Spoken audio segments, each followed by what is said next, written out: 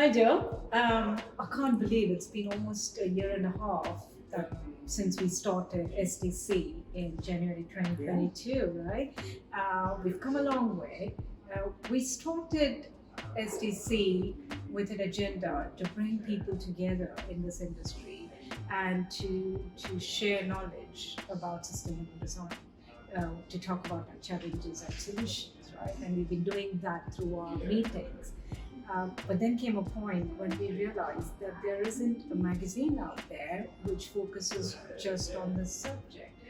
And that's when we decided to launch the Sustainable And I guess Design. that's where I came in, because obviously we founded the group together, but I have a background in publishing, and it just seemed the ideal way of creating an additional platform to showcase new ideas, new projects, new developments, but in a medium that can then be shared much more widely than the discussions within our individual meetings. Right, and it's again an extension of knowledge sharing, extension of collaboration, because we get people to write opinion pieces. So it's not just case studies and projects like many other commercial magazines would focus on.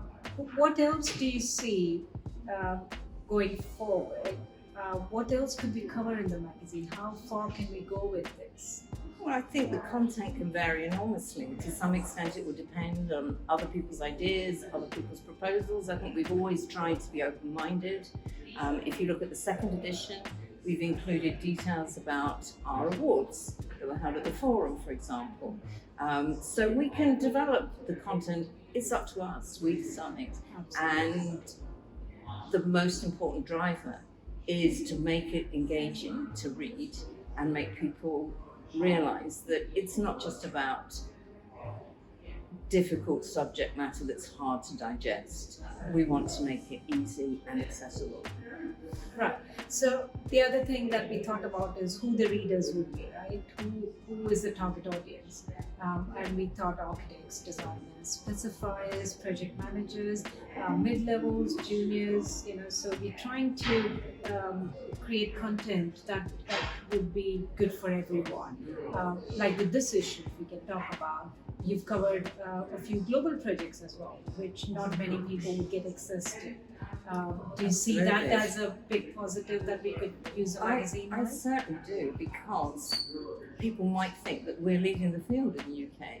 It's important that people realise that this is a global issue, and we're not the only ones that are really driving forwards. Similarly, I'd like to think that also anyone involved in the interior sector can gain something from it, because manufacturers can realise that this is the direction of travel. They can't avoid the subject, and how they can start embracing the whole concepts of reuse, not just making new products. How can they look at the circular economy as well? And you'll see that a couple of the articles are very much focused on reuse as well as recycling.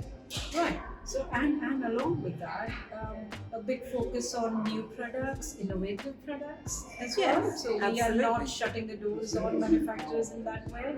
We are in fact opening more conversations about new materials and stuff as well. Absolutely, but equally we're also saying you have to look in the round. You have to look at how can you value the products you've already got. If you do need to look at new, how do you assess those? What are the content of those materials? What is the content of those materials? And what's the most sustainable approach? I mean, Asif talks about in the interview I did with him about the fact that data is not the only metric. You have to dig beneath that to truly understand the whole story behind the materials being used. Right.